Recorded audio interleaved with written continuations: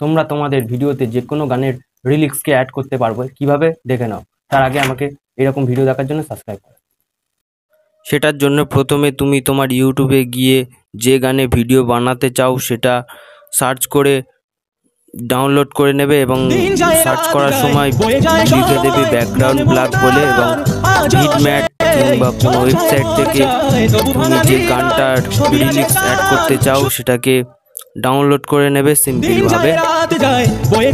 Download করার পর সিম্পলভাবে ইনশটে চলে আসবে। ইনশটে আসার পর তুমি যে গানেরটাকে বানাতে চাও সেটার রিলিক্সটা অ্যাড করে দেবে।